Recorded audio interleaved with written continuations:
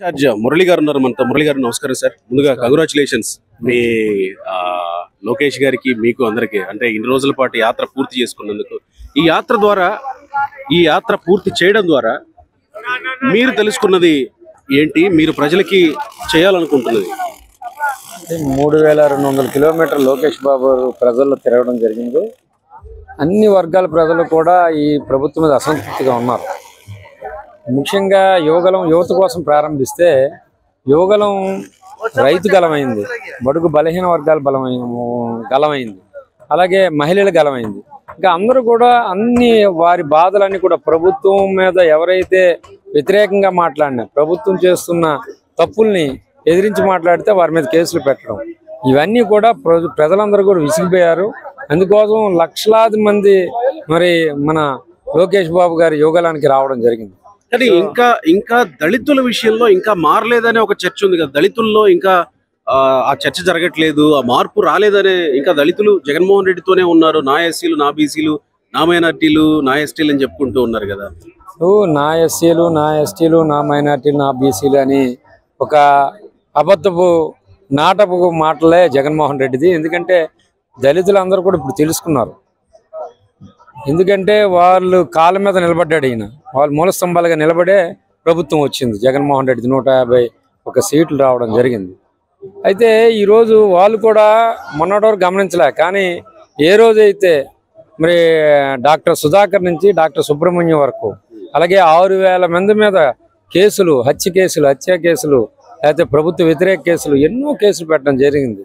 అలాగే ఈరోజు చూసుకుంటే మరి ఏమని అన్నాడని డాక్టర్ సుధాకర్ ఈరోజు ఆయన అంటే హార్ట్ అటాక్ వచ్చే పరిస్థితి తీసుకొని రావడం జరిగింది.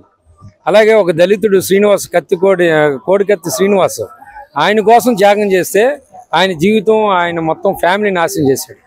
అలాగే ఈరోజు మరి సుబ్రహ్మణ్యం డ్రైవరు, మరి ఎమ్మెల్సీ అనంతబాబు ఏ విధంగా మరి చంపడం, పార్సిల్ చేసి ఇంటికి ఇస్తే దాన్ని మరి ఇదే జగన్మోహన్ రెడ్డి ఎస్సీలు నా మామలు అంటాడే, మరి అలాంటి మరి ఎమ్మెల్సీని వెనక పెట్టుకొని మరి తిరుగుతున్నాడంటే దళితులందరూ తెలుసుకున్నారు. దళితులకి ఎంత మోసపోయారంటే వాళ్ళు మెడ నరికడం జరిగింది. ఏ విధంగా జరిగిందంటే 27 పథకాలు తీసివేయడం జరిగింది. ఈ 27 పథకాలు గత 70 సంవత్సరాలుగా కష్టపడి దళిత ప్రతినిధులు, ముఖ్యమంత్రులు, పార్టీలు కష్టపడి తెచ్చిన పథకాలని ఈరోజు ఆయన టోటల్ తీసివేయడం జరిగింది. కానీ మీరు భరోసా ఇవ్వగలిగారా?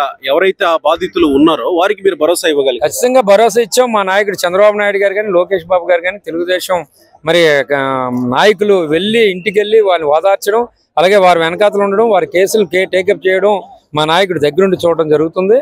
అలాగే ఈరోజు చూసుకుంటే ఎంత దారుణం అంటే ఎస్సీలు తెలుసుకున్నారండి. ఎందుకంటే ఎస్సీ ఎస్టీ అట్రాసిటీ కేసు వారిని రక్షించడానికి, అలాంటిది ఈ ప్రభుత్వం ఎస్సీ ఎస్టీ కేసులు దగ్గరుండి ఎంకరేజ్ చేసి కేసులు పెడుతుంది. అది దళిత వర్గాలకు అందరికీ తెలిసిపోయాయి. అలాగే చివరికి ఎస్సీ ఎస్టీ లీడర్ల మీద కూడా ఎస్సీ ఎస్టీ కేసులు పెట్టింది. అంటే ఎంత అన్యాయం! జగన్మోహన్ రెడ్డి అవసరానికి ఏదైనా ఉపయోగిస్తాడు అనేది ఇప్పుడు తెలిసింది.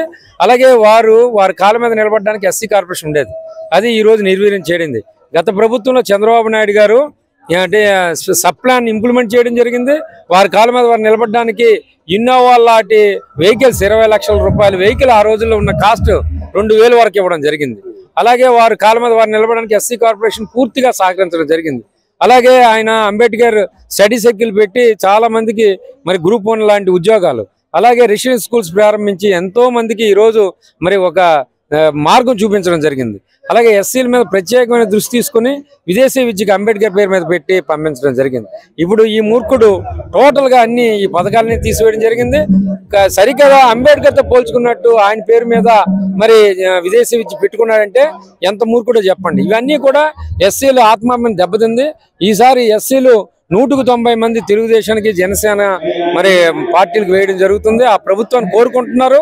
ఖచ్చితంగా మేము చెప్పగలం, మా నాయకుడు చంద్రబాబు నాయుడు గారు అన్ని బహిరంగ సభల్లో, లోకేష్ బాబుతో సహా అన్ని బహిరంగ సభల్లో 27 పథకాలు మేము మరి ఖచ్చితంగా రివైవ్ చేస్తాం, మరి వారికి ఆ పథకాలు ఇస్తాం, అలాగే సబ్ ప్లాన్ ఇంప్లిమెంట్ చేస్తామని బహిరంగ సభలో మాట ఇవ్వడం జరిగింది. అందుకోసం ఈరోజు చదువుకున్న ఎస్సీలందరూ కూడా గ్రామాల్లో వెళ్ళి వారికి చెప్పడం జరుగుతుంది. ఎవరికైతే విజ్ఞానం లేదో వారికి చెప్పడం జరుగుతుంది. ఖచ్చితంగా మనం తెలుగుదేశం ప్రభుత్వాన్ని తెచ్చుకోవాలి. తద్వారానే మన ఏవైతే మన పథకాలు కానీ లేకపోతే మనం మన కాళ్ళ మీద మనం నిలబడడానికి సహాయం చేయాలంటే మనం తెలుగుదేశం ప్రభుత్వం తెచ్చుకోవాలని వారు చాలా కసిగా ఉన్నారు. 100% రేపు రాబోయే కాలం తెలుగుదేశం ప్రభుత్వమే. ఎస్సీలు 100కి ఇప్పుడు ఎవరైతే 16%, 20% ఉన్నారో 20%లో 18% ఖచ్చితంగా తెలుగుదేశం, జనసేన పార్టీలు పడతాయని సందర్భంగా తెలియజేస్తున్నాం. Right sir, all the very best.